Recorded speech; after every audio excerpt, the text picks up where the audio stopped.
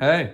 So by the time you're seeing this, I'm gonna be on a nice little vacation in Texas. So I just wanted to get a video out pretty quickly and efficiently, but I also want to make it personal. So today I'm gonna be showing off some video game clay models. Sculpey clay is what I use. I've been doing this for about 12 years, kind of very on and off. Like in my high school years, I really didn't do this a whole lot, but I've sort of picked up the hobby more and more as I went on. Sonic over here can't stand by himself, so he's kind of leaning on me, but yeah, this is just sort of a nice little thing that I like to do when I'm bored, just sitting there. I just like to kind of whip some of these guys out and make some video game models, you know? I've been sculpting with clay like my whole life. Like when I was a little kid, I did a lot of model magic, but as you can see, I've graduated to a more higher level, let's call it. Yeah, Sculpey clay. This is one of my favorite hobbies ever. So yeah, let's just get right into it, and I want to show you guys the models I make. So first off, we have a pretty big biscuit. I mean, it's like, I don't know, like 5 inches tall, but yeah, this is a nice little biscuit I made based on his GameCube design, because he has that like weird little skirt going on. But yeah, this is one I made like really early 2024 when I wasn't sculpting at all. But yeah, I'm really proud of this one. I really like him. Next, we have this Sonic in Green Hill. I have a ton of Sonics to show. In fact, I will show you all of them very shortly. But yeah, I'm very proud of this one. I really like the expression going on. I don't know why, but whenever I make a clay Sonic, I always want to base him off the Smash Brawl design, because I think that is one of the most expressive appearances he's ever had, and like just one of my favorites in general is always the Smash Brawl Sonic. As you can see with this next model I got is the Brawl Sonic. I made this a while ago. Not that happy with the eyes, like how that turned out, but yeah, I don't know. I mean, it's a pretty solid little guy. I bet I could do way better if I made another one. You might hear that a few times, by the way, like, oh, I could make this better. Which, hey, I mean, it's just the life of an artist. Next up, I have this Sonic that can't really stand and also comes off, because the thing about a lot of these characters is that they're really top heavy, so when I'm baking them, they tend to fall over. So what I sometimes do is I just put their heads on pikes and then just bake them as their own separate thing, and then I take them off, and I put them on, and then sometimes I glue them, sometimes I don't. But this one can't really stand on his own, so I'll have to make a base for that. Which is pretty easy to do. Essentially, I just get like a bunch of clay and I kind of like press their feet on it, and then I bake the base as its own separate thing. This is probably my favorite Sonic I've made. It's the Adventure Sonic, very clearly based on the Sonic Adventure Dreamcast design. You know, shoes, he's got the bracelet. This is just my favorite Sonic that I've made, and what can I say? I'm proud of him. Next, I have a Sonic Frontier Sonic. He fell apart in the baking process, so that's why you can kind of see his leg is super glued there. But yeah, I think this one's all right. Not big on the... Oh, I forgot to give him his tail. That's another thing. Not really big on the facial design. I mean, I think it looks cool for what it is, but it's not like my ideal version of Sonic, which, you know, they say you can tell a lot about a Sonic fan based on the way they draw Sonic. I think that goes for sculpting too, you know what I mean? And then I have these two little guys, both based on like the Genesis games. This guy's kind of doing like the tripping animation. And this one I just made, I don't know, just to see what I can do with the Genesis design. I don't know. He looks cool. I like him. I like him a lot. Next up, we got this Tails, you know, in his little flying position. I made the base separately, but I am extremely proud of how the face came out. Yeah, I don't know, just it's Tails. What else is there to say, you know? Extremely proud of this one. Next up, we got Knuckles. He is fresh out of the oven, so he's still quite warm. His head is quite big and his shoes are quite small, but hey, that's okay. Knuckles is always a character that I really struggle to sculpt with, because first of all, he's colored red, and the thing about red clay is that it tends to stain a lot of the other colors. Like, I don't know what it is about red in particular, but that gets all over other clay if you're like sculpting with a lot of clay, because like it sticks to your fingers and stuff. And not to mention his head shape is just something I've always kind of struggled with. but this is the first Knuckles where I'm actually pretty proud of how it came out. Here you can see, like, I had a censor. I had to put on some white clay in addition because I had a little red mark that was just there. But yeah, I think Knuckles is just one of those characters I gotta keep practicing with. Same with Shadow, because for some reason the black Sculpey clay is, I don't know, it's like a lot more liquidy, like a lot more, I don't know, it's more malleable, I'd say, which makes a character like Shadow really hard when he has like a lot of points and edges where you really want to get the shape of the character right. So Sonic characters are pretty, I don't want to say difficult, but they are trickier to make, let's say, because, you know, they have a lot of points and edges that you need to get just right, and if it looks wrong, then Twitter's gonna be mad at you for doing that to Sonic.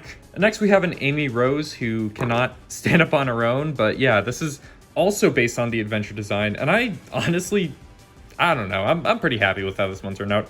The reason she has a hole in her back is because sometimes when I'm baking them, I'll also build like little stands. There is a fly in this house, and it's pissing me off. Sometimes I make little stands just to like help stabilize them during the baking process, and it works. It genuinely does work. I mean, most of the time. But yeah, I'm really happy with Amy, one of my favorite Sonic characters. And next up, I have these two Chow, and these are the final Sonic things I want to show off today. This is not made by Sculpey Clay. This is like a cheaper alternative, but this is based on my main Chow in the Chow Garden. This is Lake, and I also had to use blue tack for his wings back here because, you know, cheap clay is cheap clay. But I'm happy with him regardless. And this, I don't know, I'm just really proud of this guy because I don't know why, but I thought he looked really official for some reason. Or I thought I made him look official, which, hey, I mean, making a Chow wasn't like the hardest thing on earth, but yeah, I'm still proud of how this guy turned out. I'm gonna put him right next to me because he's chill. Wait, I got one more Sonic thing to show, and it's this guy. Yeah. Okay, so moving on from Sonic, I have quite a bit of Pokemon to share with you. First things first, Poliwhirl, of course, he's Poliwhirl. What else can I say? The wave in the background was made after I sculpted Poliwhirl. Made after I baked Poliwhirl, I should say, because he would not stand up on his own. So I, again, just pressed the figure onto some clay, and I made a nice little wave, you know? Surf that shit out. He's also gonna stay by my character because he's Poliwhirl. And then we also have Blastoise, based on Blastoise. I don't know. Yeah, I'm also pretty proud of this guy. Quite bulky. I like him. Blastoise, easily my favorite Gen 1 starter. And then I have Sandshrew. You know, I don't know why, but Sandshrew I've always liked a lot. Making the kind of like the pattern on his back with the bricks was really fun to do. But yeah, Sandshrew. I like Sandshrew. What else can I say? Also, I got my favorite Gen 2 Pokemon, Ampharos. I don't know. He's just always spoke to me, or she, because my Ampharos in the in SoulSilver was a she. Her name was Lightning. Yeah. And then also continuing the trend of Gen 2, we have my second favorite Gen 2 Pokemon, which is Umbreon, but specifically Shiny Umbreon. By the way, Luke, if you're watching this, if you want me to send this your way, by all means. But I forgot to bake the tail because it fell off, and then so yeah, no, that's something I gotta bake sometime. And then finally, from the Pokemon, I have Gen 3's Camerupt, who is probably my favorite Gen 3. It's either that or water guy, what's his name? Swampert. Yeah, Swampert's name was Riptide in my game, so I was just thinking Riptide, but I knew that wasn't his name. I had a Camerupt, his name was Hash Brown. Yeah, I played Alpha Sapphire right after making the Poliwhirl video, and yeah, it's just this big guy really spoke to me. I really like him, he's cute. Moving on, I got some miscellaneous guys. Got a couple of these Honeywa, you know, I based on or at least inspired by the gyroids from Animal Crossing. It was an inspiration of an inspiration, I guess. But yeah, got these little guys. I like them. And then I have this Cacodemon from the classic, oh my god, the classic Doom games. You know, it's a funny meatball. It's It's got a butthole. Yeah, I had this guy in a stand, but the stand kind of fell over in the baking process. But I got him. There's a little bit of blue in his mouth. I don't know if you can see that, but that is based on the OG sprites. And then next up, he's too big. I got this Dante based on Devil May Cry 1. I don't know, this was just me more experimenting with the armature, because I was working with wire at this point a lot more, and I'm okay with how he turned out. I think using red as the base was a very bad idea, because now there's just too much red going on, which I can always paint out a different color.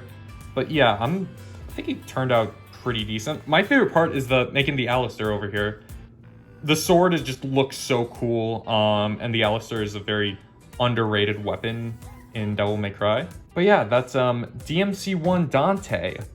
Next, we have slightly smaller DMC1 Dante.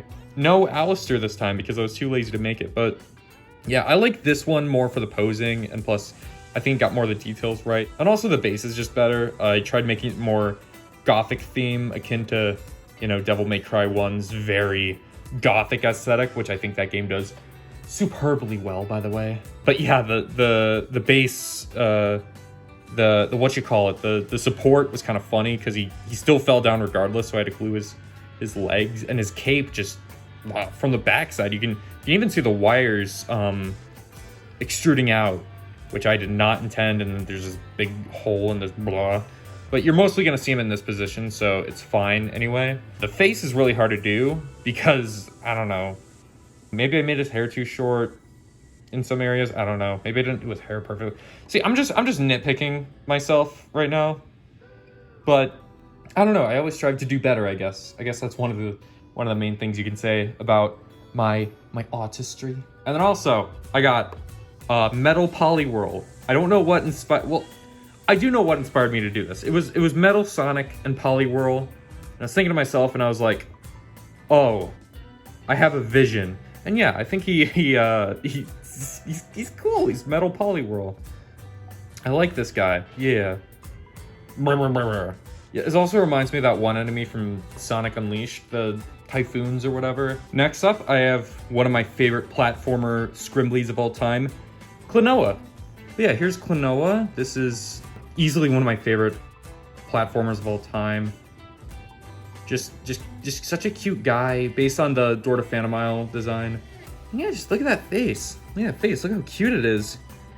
Yeah, look at it. How much trauma do you think that face endured in his own video game, huh? By the way, in my first day in being in Texas, I was wearing a Klonoa shirt, and somebody asked me if I was a furry. So there you go. I'm gonna put him right there. Next up, I got a ton of Mario stuff to show you. This is one of the only Marios I made. I mean, this is the only Mario I have prepared for right now. Based on Mario Galaxy, as you can see, based on the pose. But with the face, I wanted to do like a Mario Kart World design. But then I kind of decided, karts aren't really that fun to make, so I'm just gonna make it based on Mario Galaxy. Because I like Mario Galaxy. I also want to do a Mario Sunshine Mario. I think making Flood would be really fun. And speaking of which, it's a Cataquack. This guy I just made. Yeah, here's a Cataquack. I was sculpting him last night, as a matter of fact, just on a whim.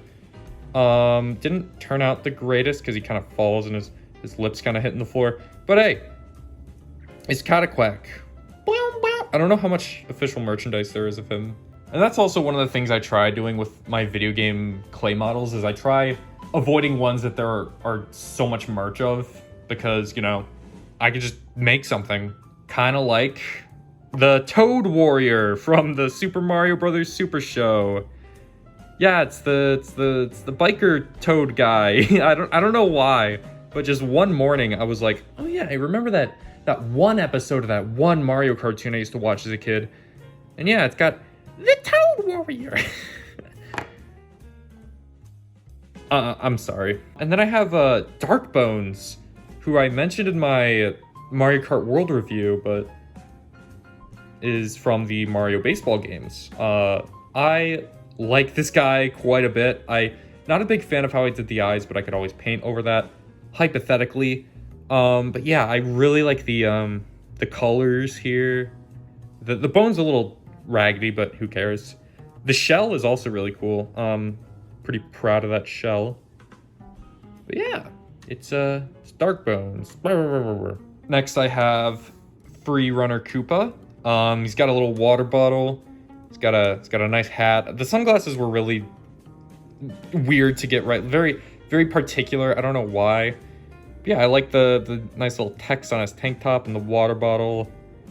It's got the little shell going on. You can see where he was baked on. Nice little K hat. Yeah, there you go. James, if you want me to send you one of these guys, hit me up. Next I have Boo, or as he's called in other countries, Boo Hoo. I only know that because of the packaging on the little toys. But yeah, not much to say about him. I really like the expression, the little smirk he's got going on. Yeah, pretty cool. And then I have Pirate King Boo. I adore him so much. Easily my favorite of the King Boo skins in Mario Kart World. Easily my second favorite skin in the game. And if you know from my awesome swag Mario Kart World review, my first one would be Pro Racer Rosalina. And here I have her in the Roadster Royale, which was my favorite combo for a bit, but nowadays I use the bikes more often these days. The cart isn't really that fun. Carts aren't that fun to make, which is, again, why I chose to make the Mario Galaxy figure instead of just the Mario Kart World figure. But the ponytail's pretty cool. Yeah, I don't know. It's a Pro Racer Rosalina. I also made a Chibi Pauline that I forgot to bring. Yeah, I'll show a picture of her if I can remember. And then I got another Pro Racer Rosalina, of course. Yeah, I don't know. I made her head a little big and her expression's a little weird, I think. But I don't know. I like how this one turned out. Yeah, it's a Pro Racer Rosalina. Again, the back hole is because of the support stands, which initially she had a completely different one, but she kind of fell off of that. So I had to make this one just improvised. But yeah, I think she turned out good. I really like what I did with the crown tiara. I don't know. Pro Racer Rosalina, she's pretty cool. And then we have Mario Galaxy Rosalina.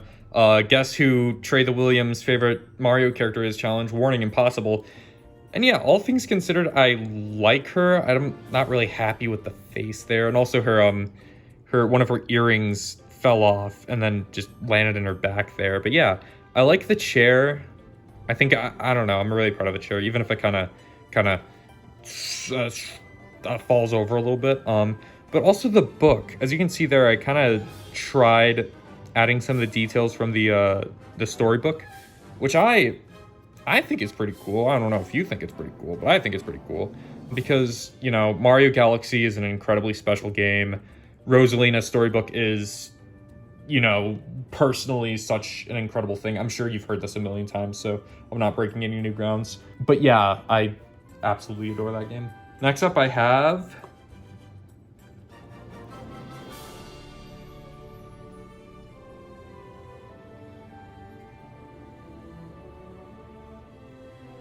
it's a cow. And then here I got another guy who unfortunately can't stand on his own, but this is Aristocrat Yoshi. I didn't mention him in my review, but I love this guy so much. I don't know why. It's just the dapper little top hat and the nice little monocle. I don't know why. It's just so adorable. Like, he's just such a cute guy. I don't know. Need to make a base for, obviously, because he can't stop falling over. I got 3 more guys to show off. I got Wicked Wasp Wario, who I decided to make because his bee, or I guess wasp outfit reminded me of Bee Mario from Mario Galaxy. You know me. You know how I feel about Mario Galaxy at this point, right? At least you should, you know? Wario, I don't know why, he's just always been so fun to make. Just like getting his expression and his teeth and his wah, you know? Yeah. And then I got a Burger Bup over here. I did not mean to make him look like the Bup face, but I mean, it is what it is. And also the stand, I don't think I originally made him on. However, he kept falling over and I could not have that happen because I needed my Burger Toad, because Burger Toad is really funny. He's probably my third favorite costume in the game, but I did this terrible thing.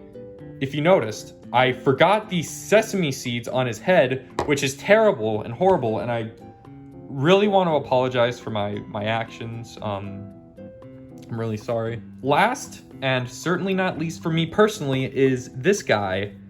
You might be wondering who the hell he is, and that's because he's not necessarily from a video game, but he's an OC. His name is Xavier, with a Z, not an X. And he is heavily based on my original character from the now defunct video game Lego Universe. So I don't know. Yeah, I have this whole catalog of characters and like this story I really would love to tell someday, and this is one of the mini protagonists. Also, you can tell he's very Devil May Cry inspired by his coat and everything.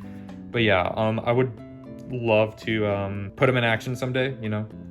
But yeah, he's technically based on a Lego video game, so therefore, yeah, still counts as a video game guy. But yeah, that's pretty much most of the video game clay models I have to show off for today. This has been really fun because I just love making these guys. This is me, by the way. I didn't explain this guy, but this is me. But yeah, I just love this hobby so much. But yeah, I just have been having a great time kind of reconnecting with my artist side a little bit, so to speak. And really, at the end of the day, I just implore all of you viewers to make art of whatever you want, you know?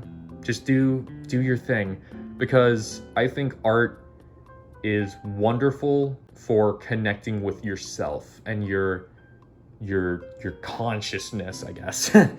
It's good to build those. It's really fun to build those skills and also go to communities based around art, especially non-judgmental communities, because, you know, judgmental communities kind of suck. At the end of the day, keep making art, and I'll keep making videos like this.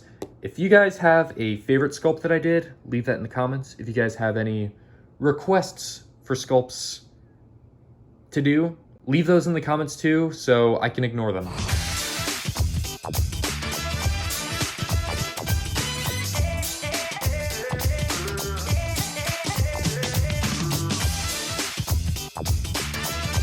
Also, I have this Golbat based on the Gen 1 sprite, but I forgot to show him in the video, but yeah.